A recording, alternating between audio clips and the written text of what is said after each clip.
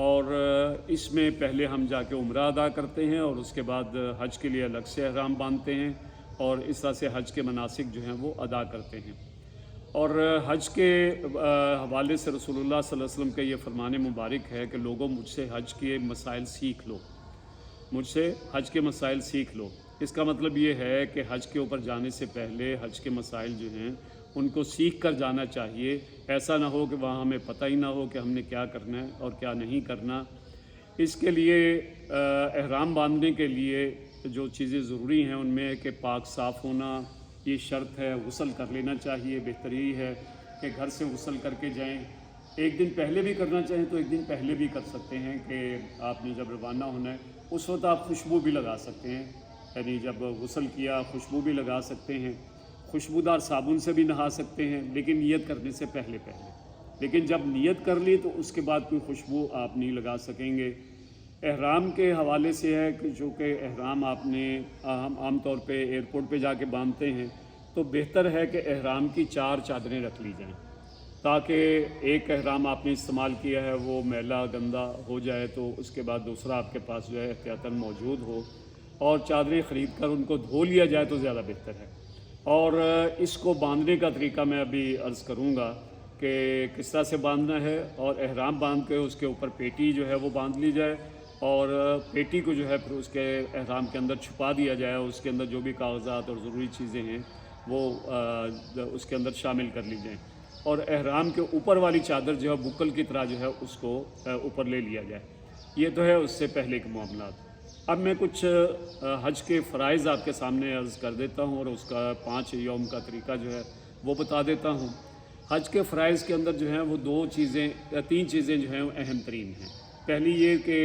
نیت کر کے احرام باندھا جائے کہ میں حج کے لیے یا عمرے کے لیے، ظاہر ہے کہ ہم پہلے کریں گے لیکن یہ حج کے لیے خاص طور پہ کہ نیت کر کے میں حج کی نیت کرتا ہوں۔ اور دوسرا یہ کہ ظاہر ہے نیت جو ہے وہ اس کے لیے الفاظ کی ادائیگی ضروری نہیں ہوتی، آپ نے دل میں بھی کر لی تو کافی ہے۔ 9 ذی الحجہ کو جو ہے عرفات کے اندر ٹھہرنا یہ بھی فرض ہے، پہلے یعنی ہماری نیت ہونا ضروری ہے۔ دوسرے 9 ذی الحج کو عرفات کے اندر جا کے ٹھہرنا اس کے فرائض کے اندر شامل ہے، اور 10 ذی الحج کو بیت اللہ کا طواف اس کو ہم طواف زیارت کہتے ہیں، یہ تیسرا اس کے اندر فرض ہے۔ گویا حج کے 3 فرائض ہیں، جس نے تینوں فرائض کر لیا اس کا حج جو ہے وہ ہو جاتا ہے۔ حج کے کچھ واجبات ہیں، مثلا احرام کی حالت میں میقات سے گزرنا۔ میقات جیسے ہم پاکستان سے جاتے ہیں تو جدہ سے پہلے آ جاتا ہے، اس لیے ہم احتیاطاً یہاں سے حج کا احرام یا عمرے کا احرام جو ہے باندھ کے جہاز کے اندر بیٹھتے ہیں، لیکن اگر جہاز کے اندر سہولت ہو کہ ہم وہاں پہ احرام باندھ سکیں تو وہاں پہ بھی باندھا جا سکتا ہے، اور نیت جو ہے وہ میقات سے پہلے بھی کی جا سکتی ہے۔ لیکن چونکہ عام طور پہ جہاز میں نیند آ جاتی ہے، کوئی اور اس طرح کی کیفیت ہوتی ہے، تو بہتر ہوتا ہے کہ جب آپ یہاں سے روانہ ہو رہے ہیں تو وہیں پہ آپ نیت کر لیں۔ اسی طرح سے دوسرا کام جو حج کے واجبات کے اندر وہ صفا اور مروہ کی سعی کرنا ہے۔ تیسرا سر منڈانا یا کترانا ہے۔ چوتھا عرفات میں دن ڈوبنے تک وہاں پہ رہنا ہے۔ پانچواں مزدلفہ میں رات کا گزارنا اور بعد نماز فجر وقوف کرنا، یعنی کھڑے ہو کے دعا مانگنا، یہ بھی حج کے واجبات میں سے ہے۔ چھٹا یہ کہ 10 ذی الحج کو بڑے شیطان کو کنکریاں مارنی ہیں۔ 7ویں کنکریاں مارنے کے بعد قربانی کا جانور جو ہے حج کے لیے جو آپ نے قربانی کرنی ہے وہ قربانی کرنی ہے۔ 8واں یہ قربانی جب ہو جائے اس کے بعد سر منڈوانا یا کتروانا جو ہے، یعنی سر منڈوا لیا جائے، ٹنڈ کروا لی جائے یا بال چھوٹے کروا لیے جائیں، لیکن بہتر جو ہے وہ سر کا منڈوانا ہے۔ اور نمبر 9 طواف زیارت اسی روز کرنا ہے، اس کے بعد سعی کرنی ہے، یعنی صفا مروہ کے اوپر جانا ہے۔ یہ سارے کام جو ہیں ہم 9 ذی الحج کو جو ہے وہ کر رہے ہوتے ہیں، اور اس کے بعد صفا مروہ کی سعی کرنے کے بعد پھر واپس ہم مینا میں آ جاتے ہیں۔ اور 10 ذی الحج کو تینوں شیطانوں کو کنکریاں مارنی ہیں، پہلے چھوٹے شیطان کو، پھر درمیانی شیطان کو، آخر میں بڑے شیطان کو۔ یہ ہمارا کام جو ہے یہ 11 ذی الحج کو ہوگا۔ میں ایک دفعہ پھر عرض کر دوں کہ بڑے شیطان کو کنکریاں ہم نے 10 ذی الحج کو مارنی ہے، کنکریاں مارنے کے بعد قربانی کرنی ہے، قربانی کے بعد سر منڈوانا ہے، اور اس کے بعد طواف زیارت کے لیے مکہ مکرمہ جو ہے وہ جانا، اور طواف زیارت کے بعد صفا مروہ کی سعی کرنا۔ 11 ذی الحج اگلا دن آ جائے گا،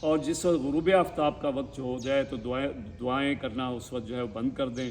اور اس کے بعد وہاں پہ اذان کا جب وقت ہو رہا ہے، آپ نے یہ دنیا میں واحد جگہ ہے پہ اذان ہو جائے اور نماز ادا نہیں کرنی، اب آپ نے بسوں میں سوار ہو جانا ہے اور مزدلفہ کے لیے روانہ ہو جانا ہے، اور آپ دیکھیں گے کہ رش بہت ہوگا، مزدلفہ نہ جانے آپ کتنی دیر میں پہنچیں، گھنٹہ 2 گھنٹے، حالانکہ چند کلومیٹر کا فاصلہ ہے،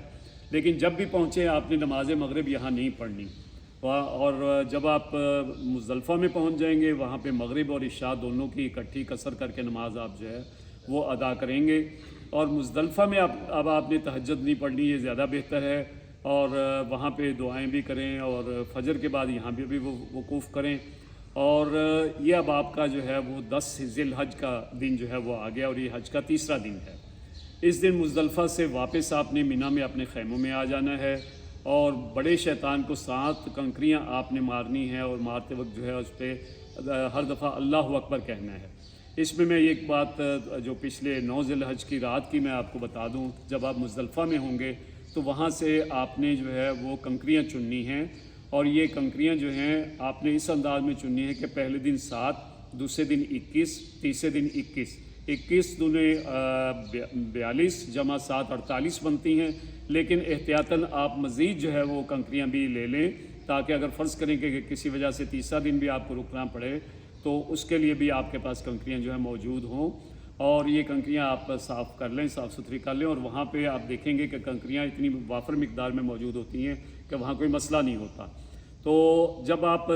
تیسرا دن آ گیا، مزدلفہ سے مینا واپس آ گئے، خیمے میں آئیں، سامان رکھیں، کنکریاں لے کے اب آپ جو ہے روانہ ہو جائیں جہاں پہ بڑا شیطان ہے، اس کو اب آپ نے 7 کنکریاں مارنی ہیں، اور کوشش یہ کریں کہ اگر آپ جلدی پہنچ گئے تو سب سے پہلے کام یہی نپٹا لیں، اس لیے کہ اس کے بعد جیسے گزرتا جائے گا تو رش بڑھتا جائے گا، اور جب آپ کنکریاں ماریں گے تو مارتے وقت ہر دفعہ اللہ اکبر کہنا ہے، جب بھی کنکری ماریں گے تو اللہ اکبر جو ہے وہ کہہ کے، اور رجما للشیطان اور ردان بالرحمن، یعنی یہ شیطان کو رجم کرنے کے لیے اور اللہ کو خوشنودی کے لیے میں یہ جو ہے وہ کنکریاں مار رہا ہوں، تو یہ کنکریاں شیطان کو مارنی چاہیے۔ جب آپ کنکریاں مار کے فارغ ہو جائیں، اب آپ کا قربانی کا وقت آ جائے گا، تو اس میں قربانی کے لیے آپ نے وہاں پہ اگر راجی کمپنی کو یا کسی کو پیسے دیے ہیں تو وہ آپ کو ٹائم بتا دیں گے،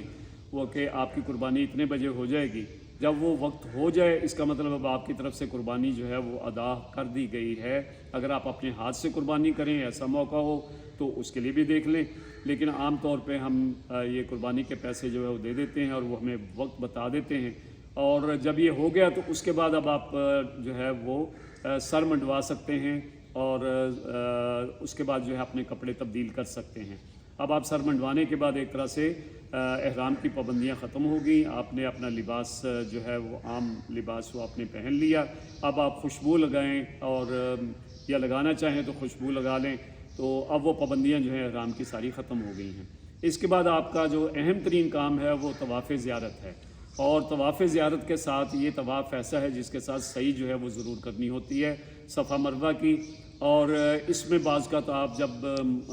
مینا سے پہنچتے ہیں مکہ مکرمہ تو اس میں کافی زیادہ ٹائم بھی لگ جاتا ہے، اور چونکہ یہ سب لوگ تقریباً جو ہے اس دن طواف زیارت کے لیے جاتے ہیں، بہت بڑی تعداد ہوتی ہے، بہت زیادہ رش ہوتا ہے، تو اس کے مطابق اب آپ نے اپنے آپ کو ہمت جو ہے وہ کرنی ہے، اور اس کے بعد آپ نے صحیح کرنی ہے۔ صحیح کے لیے آپ کو معلوم ہے کہ صحیح آپ نیچے بھی کر سکتے ہیں، اس کے اوپر بھی کر سکتے ہیں، اوپر کے منازل میں، اور اوپر کی منازل میں نسبتاً رش کم ہوتا ہے، اگر آپ اوپر چلے جائیں تو آپ کے لیے زیادہ آسانی ہوگی۔ تو یہ اب آپ جب اس سے فارغ ہو چکے تو اگر آپ اپنی رہائش سے کپڑے وغیرہ کوئی چیز لینا چاہتے ہیں، اپنی رہائش کے سے اپنے کپڑے یا کوئی دیگر اشیاء آپ لے سکتے ہیں، لیکن وہاں آپ ٹھہریں گے نہیں، بلکہ وہاں ٹھہرنے کی بجائے آپ نے جو بھی ضرورت کی چیزیں لے کر اب آپ واپس مینا کے لیے روانہ ہوں گے۔ اب یہ مینا کی واپسی ایک پھر امتحان ہے، یہ بھی خوب رش ہوتا ہے، بہت بڑی تعداد میں لوگ واپس مینا آ رہے ہوتے ہیں، بعض کا گھنٹوں جو ہے وہ رش میں پھنسنا پڑتا ہے۔ بہرحال جو بھی کیفیت ہو، پورے صبر و ثبات کے ساتھ جو ہے وہ یہ پورا مرحلہ ہم نے گزارنا ہوتا ہے۔ اب اگلا دن آ گیا، رات ہم مینا میں ٹھہرے، اگلا دن 11 ذی الحج کا آ گیا، یہ حج کا چوتھا دن ہے، اور مینا ہی کے اندر رہیں گے، اور ظہر کے وقت سے لے کے مغرب تک لیکن اب اس میں بھی وسعت جو ہے وہ دے دی گئی ہے۔ بہرحال اس کا جو وقت ویسے مقرر تھا وہ یہی تھا کہ ظہر سے مغرب تک تینوں شیطانوں کو کنکریاں مارنی ہیں۔ عورت یا معذور یا ضعیف شخص اپنی جگہ کسی بھی حاجی کو اپنا وکیل مقرر کر سکتا ہے جو یہ سمجھے کہ میں نہیں کر سکوں گا، اور وہ اس کی جگہ کنکریاں مارے گا، اور جو کر سکتا ہے اس کو خود جو ہے یہ معاملہ کرنا چاہیے۔ یہ آج کے دن کا یہی کام تھا کہ آپ نے جو ہے وہ کنکریاں مارنی ہیں شیطان کو، اور اس کے بعد باقی آپ مینا میں ٹھہریں گے، وہاں نمازیں پڑھیں اور اذکار کریں اور اس کے بعد رات کو وہاں پہ آپ نے قیام کیا۔ 12 ذی الحج کا دن آ گیا، یہ حج کا 5واں اور آخری دن ہے۔ 11 ذی الحج کی طرح اس دن بھی تینوں شیطانوں کو کنکریاں مارنی ہے، لیکن دن ڈوبنے سے پہلے وہاں سے جو ہے مینا سے نکل جانا ہے۔ اور اگر فرض کریں کہ مغرب تک آپ وہاں سے نہیں نکل سکے، پھر آپ کو رات ٹھہرنا ہوگا۔ اور 13 ذی الحج کو اس کا ثواب بہت ہے، لیکن اس دن پھر کوئی ہوتا نہیں ہے اور بندے کا دل بھی نہیں لگتا، تو کوشش یہی کرنی ہوتی ہے کہ 12 ذی الحج کو جو ہے یہ سارے مناسک کر کے ہم مغرب سے پہلے دن ڈوبنے سے پہلے مینا سے جو ہے وہ نکل جائیں۔ اور اگر مینا میں مغرب ہوگی تو رات پھر قیام کرنا لازمی ہے، اور 13 ذی الحج کو مزید کنکریاں مار کر آنا پڑے گا۔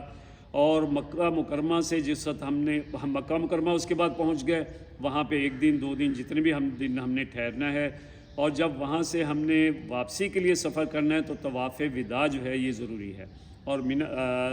طواف وداع کر کے آپ جو ہے مکہ مکرمہ سے روانہ ہونا یہ لازمی ہے۔ مینا میں نمازیں آپ قصر کریں گے، لیکن نماز اپنے اوقات پر ادا کریں گے، یعنی یہ نہیں ہوگا کہ ظہر کے وقت ظہرین پڑھ لیں یا مغرب کے وقت مغربین پڑھ لیں۔ بہتر ہے کہ ہر نماز جو ہے اس کے اپنے وقت کے اوپر جو ہے، اور یہ کوشش پوری کرنی چاہیے کہ نماز باجماعت پڑھیں، کسی بغیر بلا عذر جو ہے جماعت سے چھوڑنا یہ مناسب نہیں ہے۔ یہ سفر کے معاملات ہیں، سفر کا نہیں بلکہ حج کا معاملہ ہے، اور چونکہ حج کے موقع پر وہاں پہ آپ موجود ہیں تو ان چیزوں کی احتیاط، یہ 5 دن کا معاملہ میں نے آپ کو یہاں پہ عرض کیا ہے، اور اس ترتیب کے ساتھ ہم یہ سارے معاملات جو ہیں وہ کریں گے۔ یہاں پہ ہم وقفہ لیتے ہیں، انشاءاللہ اس کے بعد میں عمرے کا طریقہ، لیکن اس سے پہلے جو ہے وہ احرام باندھنے کا طریقہ آپ سے عرض کروں گا۔ بہت شکریہ۔ اب ہم اس کے بعد جو ہے وہ آپ کو بتائیں گے کہ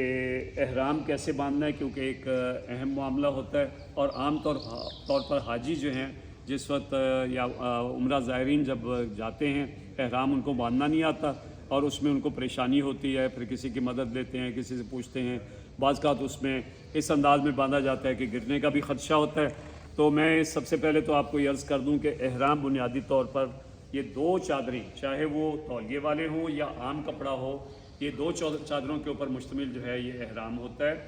یہ چادریں جو ہیں وہ ان سلی ہونی چاہیے، سلی ہوئی نہیں ہونی چاہیے۔ بہتر ہے جب آپ نے ان کو خریدا ہے تو ایک دفعہ دھو لیں تو زیادہ اچھا ہے، اور دھو کے خشک کر لیں، اور اس کے بعد پھر اس کے اوپر آپ نے نہ اس کے نیچے نہ اس کے اوپر، وہ جو ایک صاحب کہہ رہے تھے اچھا جی میں نے احرام تو لے لیا لیکن میں نے نا وہ سلوکہ بھی سلوا لیا ہے جو نہ اس کے نیچے پہنوں گا، یہ سلوکہ یا کوئی اس طرح کی چیز جو ہے وہ اس موقع پہ جو ہے نہیں پہنی جا سکتی۔ یہ سمپل آپ نے 2 چادریں لینی ہیں، اور اس کا طریقہ میں آپ کو عرض کر دوں کہ طریقہ یہ ہوگا کہ جب آپ احرام آپ نے باندھنا ہے تو احرام کے لیے آپ اس چادر کو کھولیں، اور کھول کے جب اس کو آپ باندھنے لگیں گے تو میں یہ بتایا کرتا ہوں کہ اپنی ٹانگیں جتنی چوڑی کر سکتے ہیں آپ کر لیں، جتنی چوڑی کر سکتے ہیں ان ٹانگوں کو چوڑی کر لیں۔ اس کا فائدہ یہ ہوگا کہ آپ کا احرام کا جو وایا ہے وہ زیادہ ہو جائے گا، جب آپ چلیں گے تو اس میں ٹھوکر لگ کے آپ کے گرنے کے امکانات نہیں رہتے۔ اب دیکھیے کہ آپ نے اس چادر کو ایسے کیا اور یہاں کر کے پھر آپ اس کو یہاں سے نیچے بغل میں لیں، اسی کیفیت کے اندر یہ بغل کے اندر جو ہے اس کو لیں، اور پھر دوسری طرف سے لا کے اس کو جو ہے یہاں پہ باندھ لیں، جیسے اڑوسنا کہتے ہیں نا جس کو، یا آپ نے یہاں پہ اڑوس لیا۔ اب دیکھیں کہ احرام جو ہے آپ کی ٹانگوں کے مطابق کھل گیا ہے، اب آپ اس کو جہاں مرضی لے جائیں۔ اب آپ اس کو پیٹ کے اوپر لے آئے، اور اس کو اب تھوڑا سا ٹائٹ بھی آپ نے فی الوقت جو ہے وہ کر لیا۔ اس کے بعد آپ کے پاس جو ہے وہ یہ پیٹی موجود ہے۔ اب یہ پیٹی جو ہے اس کو آپ باندھنا ہے اس کے اوپر، اور یہ شرط نہیں ہے، بس یہ ایک احتیاط ہے کہ جو ہمارے لیے آسانی ہو جاتی ہے۔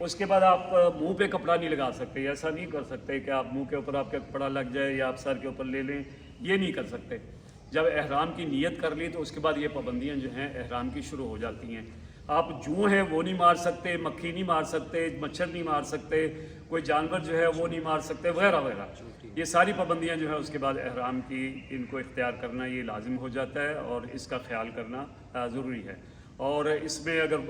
کچھ فرض کریں جانور مار دیے، پھر دم بھی دینا پڑ جاتا ہے، اور اس لیے بہت احتیاط کے ساتھ جو ہے یہ معاملات کرنے ہوتے ہیں۔ یہ ہے احرام باندھنے کا طریقہ۔ یہ وقفہ کرتے ہیں؟ ہاں جی ٹھیک ہے۔ اچھا، اگلا مرحلہ جو ہے نا وہ تھوڑا سا میں طواف، اچھا جوتی کا بھی بعد میں بتا دیجیے۔ ہاں یہ رہ گیا۔ ہاں جی جی اچھا، احرام، بسم اللہ الرحمن الرحیم، احرام ہم نے باندھ لیا۔ اب احرام کی حالت میں ہم جو جوتا پہنیں گے وہ بوٹ نہیں پہن سکتے، کوئی ایسا جوتا نہیں پہن سکتے جو ہماری یہ پاؤں کی جو ابری ہوئی ہڈی ہوتی ہے اس کو ڈھانپ لے، ایسا کوئی جوتا نہیں پہننا۔ اس میں بہتر ہوتا ہے کہ یہ کینچی چپل ہے، یہ کینچی چپل پہن لی جائے۔ تو ایک تو یہ ہوتا ہے، ایک وہ دوسری ہوتی ہے جو چائنا کی ہوتی ہے، بدریوں والی جسے کہتے ہیں، وہ بھی پہنی جا سکتی ہے۔ ان دونوں کے اندر یہ ہے کہ آپ کا یہ جو ہڈی جو ہے نا وہ چھپتی نہیں ہے، اور اس طرح سے آپ کی وہ ضرورت جو ہے پوری ہو جاتی ہے۔ فرض کریں کہ اگر آپ کے پاس کوئی اور اس قسم کا جوتا ہے کہ جس کے اندر ہڈی نہیں چھپتی تو وہ بھی آپ پہن سکتے ہیں۔ مثلا آپ کے کوئی بند ٹائپ کا جوتا ہے اور اس کے اندر ہڈی نہیں چھپتی، آپ نے اس کو آگے سے کٹوا لیا ہے اور ہڈی جو ہے وہ باہر رہتی ہے تو وہ بھی پہنا جا سکتا ہے۔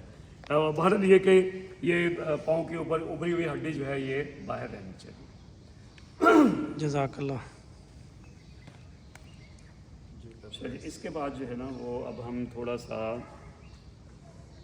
یہ تو بتانے کی ضرورت نہیں ہے کہ فلائٹ میں آپ جائیں گے وہاں پہ اس میں اب عمرے کا جو ہے پہلے بتا دیتے ہاں جی، میقات سے پہلے جو ہے نا آپ نے جی۔ ڈائریکٹ فلائٹ ہے تو ظاہر ہے پاکستان سے ہی یہیں سے نیت بھی کر لیں گے سارے معاملات۔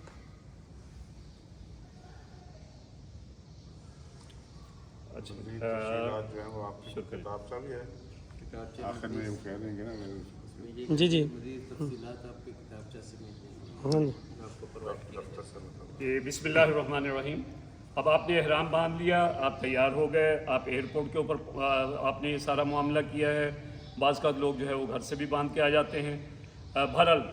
چونکہ ایک سہولت ایئرپورٹ کے اوپر بھی موجود ہے، وہاں پہ واش روم بھی ہوتے ہیں، وضو کی جگہ بھی ہوتی ہیں، بعض کا غسل کی جگہ بھی ہوتی ہے، تو وہاں پہ بھی، لیکن بہتر ہے کہ غسل آپ گھر سے کر کے جائیں، وہاں پہ جا کے وضو کر کے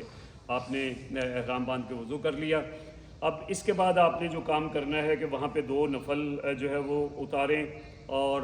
2 نفل پڑھنے کے بعد 2 نفل جو ہے پڑھ لیں۔ 2 نفل پڑھنے کے بعد اب آپ نے جو ہے وہ عمرے کی نیت کرنی ہے، اور عمرے کی نیت جو ہے وہ لبیک العمرہ بھی کہہ سکتے ہیں، ایک یہ بھی نیت جو ہے کی جا سکتی ہے اگر الفاظ میں کرنی ہو، اور اگر الفاظ میں کرنی ہو تو اس میں 3 چیزیں میں آپ کو بتانے لگا ہوں، ان کو یاد کر لیں۔ اللہم انی اریدو، اب میں اللہ نیت کرتا ہوں یا میں چاہتا ہوں، میں نیت کرتا ہوں کس کی؟ اگر آپ نے عمرہ کرنا ہے تو عمرے کی، اگر حج کرنا ہے تو حج کی، اگر آپ نے صحیح کرنی ہے تو صحیح کی، آپ نے اگر طواف کرنا ہے تو طواف کی۔ تو ان چیزوں کا آپ نام لیتے جائیں گے۔ اللہم انی ارید العمرہ،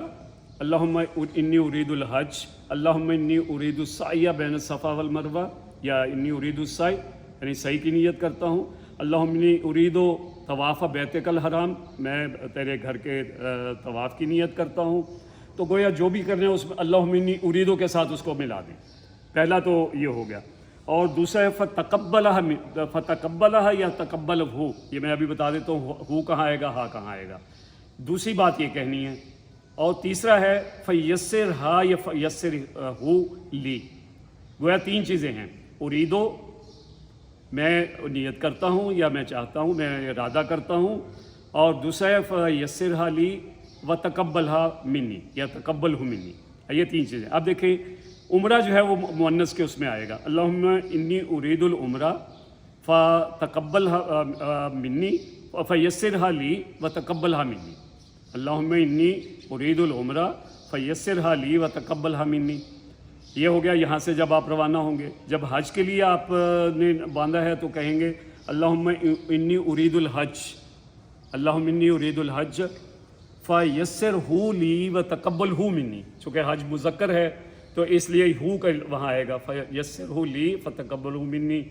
جب آپ نے سعی کا کیا تو اللہم انی ارید السعی بین الصفا والمروہ فیسرہ لی فتقبلہ منی. اللہ اسے آسان کر دے میرے لیے اور قبول فرما لے. طواف کرنے لگے اللہم انی ارید طواف بیتک الحرام تو فیسرہ لی فتقبلہ منی. آسان ہے، بس یہ 3 لفظ اگر یاد ہو گئے تو نیت پوری ہو گئی. تو یہ آپ نے نیت کر لی، اور نیت کرنے کے بعد پھر آپ کو جو ہے وہ پڑھیں گے. اب آپ نے لبیک پڑھنا ہے، اور لبیک کے الفاظ اب آپ یہ دیکھیے کہ جب آپ نے لبیک ایک دفعہ اس نیت کرنے کے بعد پڑھا، اب اس کے بعد آپ کی سب سے اہم عبادت یہی ہے لبیک اللہم لبیک، لبیک اللہم لبیک، لبیک لا شریک لک لبیک، ان الحمد والنعمت لک والملک لا شریک لک لبیک اللہم لبیک. بس یہ جو ہے اب سب سے بڑی عبادت ہے کہ ہم اللہ کے اس حکم کے مطابق جو اللہ نے حکم دیا تھا اذن فی الناس الی الحج، کہ لوگ جو ہیں ان کو حج کے لیے بلاؤ اور تاکہ وہ دور دراز سے جو ہیں گھر کا حج کریں. ہم اس کے جواب میں کہتے ہیں اللہ ہم حاضر ہیں، تیرا حکم تھا ہم نے مانا، ہم حاضر ہوئے. اور جب تک وہاں پہ پہنچنا ہے مطاف کے اندر خانہ کعبہ کے سامنے، جب جس وقت ہم نے طواف شروع کرنا ہے اس سے پہلے بس یہ سب سے زیادہ اہم چیز ہے. آپ نے نماز پڑھنی ہے، نماز سے پہلے آپ نے سیٹ کے اوپر بیٹھنا ہے، سیٹ کے اوپر بیٹھ کے اٹھتے ہوئے، بیٹھتے ہوئے، کھاتے ہوئے، پیتے ہوئے، اس کے اندر جہاں جہاں وقفے آ رہے ہیں وہاں پہ بس یہ پڑھتے جائیں. یہ سب سے اہم عبادت جو ہے اس وقت جو ہے لبیک پڑھنا ہے، اور اس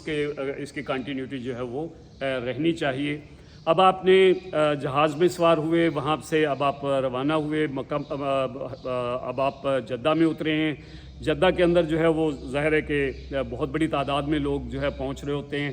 اس پورے عمل کے دوران بڑے صبر سے کام لینا ہے، وہاں پہ بے صبری کہیں نہیں کرنی. آپ کے لیے وہ ساری جو بھی اس کے چیزیں ان کی ضروری ہیں کہ آپ کا پاسپورٹ بھی چیک ہونا ہے، آپ کو بھی چیک کیا جائے گا. اب تو آسانی ہو گئی ہے کہ وہ آپ کی آنکھ کی پتلی سے آپ کو جو ہے وہ ساری آپ کی انفارمیشن ان کے پاس پہنچ جاتی ہے، اور اب ٹائم کم لگتا ہے، پہلے کافی زیادہ ٹائم لگتا تھا. تو جیسے ہی وہاں سے اب آپ فارغ ہوئے، آپ کی سامان کی بھی چیکنگ ہو گئی. اب آپ کے لیے باہر جو ہے وہ سواری کا انتظام آپ کی کمپنی کی طرف سے جو ہے موجود ہوگا، اور دوائر حرم کی طرف سے جو انتظام وہاں پہ کیا گیا ہے آپ کو وہ پہلے سے بتا دیا جائے گا کہ آپ کی بسیز جو ہیں کہاں کھڑی ہوں گی، کس نمبر کی ہوں گی. تو اور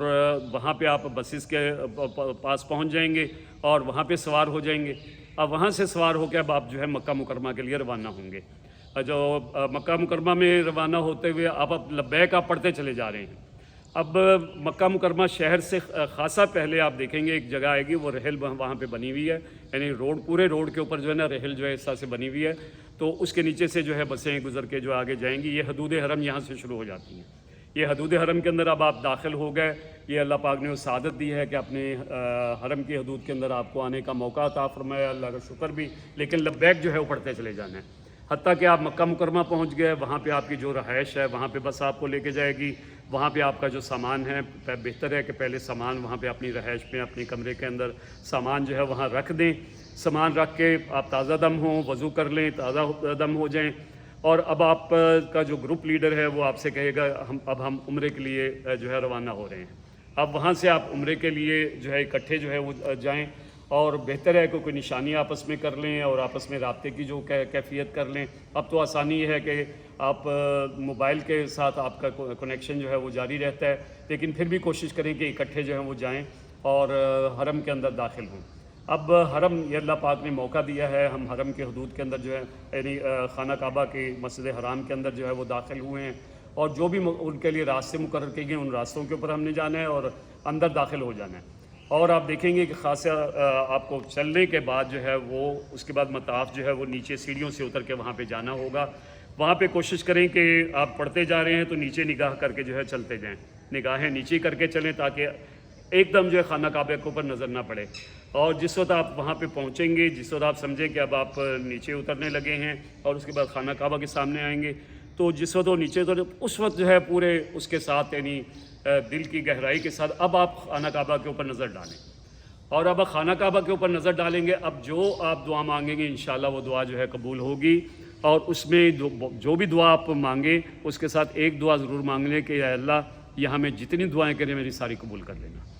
تاکہ جتنی بھی دعائیں اس کے بعد ہیں تو یہ ایک نظر جتنی دیر تک خانہ کعبہ کو دیکھا جا سکتا ہے ٹکٹکی باندھ کے مشکل کام ہے، اس لیے کہ اللہ کے گھر کی ہیبت بہرحال اپنی جگہ پہ ہے اور اس کا جو مقام اور مرتبہ ہے، لیکن جتنی دیر تک وہ ہو سکتا ہے یہ پہلی نظر جو ہے خانہ کعبہ کی اس کے بارے کا جو بھی دعا قبول ہوتی ہے وہ قبول کی جاتی ہے۔ اب آپ سیڑھیاں اتر کے جو ہے وہ نیچے چلے گئے، مطاف کے اندر داخل ہو گئے، وہاں آپ دیکھیں گے کہ مطاف میں وہ سارا وائٹ وہ ہے، اس کے اندر آپ چلتے ہوئے آپ تھوڑی دور جب جائیں گے تو آپ دیکھیں گے کہ بائیں طرف جو ہے حجر اسود آ جائے گا، اور حجر اسود کے سامنے اس کا آسان یہ ہوتا ہے کہ جہاں حجر اسود ہے، حجر اسود اور صفا، وہاں پہ صفا کی جو ہے وہ سبز لائٹیں نظر آ رہی ہوتی ہیں، ایک طرح سے آپ کو یہ لائن پتہ لگ جاتی ہے کہ لائن پہلے زمین پہ لائنیں جیسے لگی ہوئی ہے ایسے لائن ہوتی تھی، اب اس طرح سے لائن نہیں بنی ہوئی، اب جو ہے وہ اپنے اندازے سے وہاں آپ دیکھیں گے لوگ کھڑے ہو کے جو ہے استلام کر رہے ہوتے ہیں، آپ وہاں پہ کھڑے ہو کے استلام کریں گے بسم اللہ اللہ اکبر، اور یہ کہہ کے ویسے تو ہے کہ خانہ کعبہ کو ہاتھ لگانا ہوتا ہے حجر اسود کو، لیکن حجر اسود کو ایک تو خوشبوئیں لگی ہوئی ہوتی ہیں، اس کو خوشبو سے بچنا ہوتا ہے، اور دوسرا ہے کہ ممکن بھی نہیں ہوتا جتنا رش ہوتا ہے اس کے اندر ممکن نہیں وہاں پہنچ سکیں، آپ جہاں پہ بھی پوری اس کے اندر موجود ہیں وہاں سے بسم اللہ اللہ اکبر وللہ الحمد، بعض کا جو ہے ہاتھ بھی چومتے ہیں، لیکن اگر ہاتھ چومنے ہو تو بالکل آواز نہیں آنی چاہیے بس،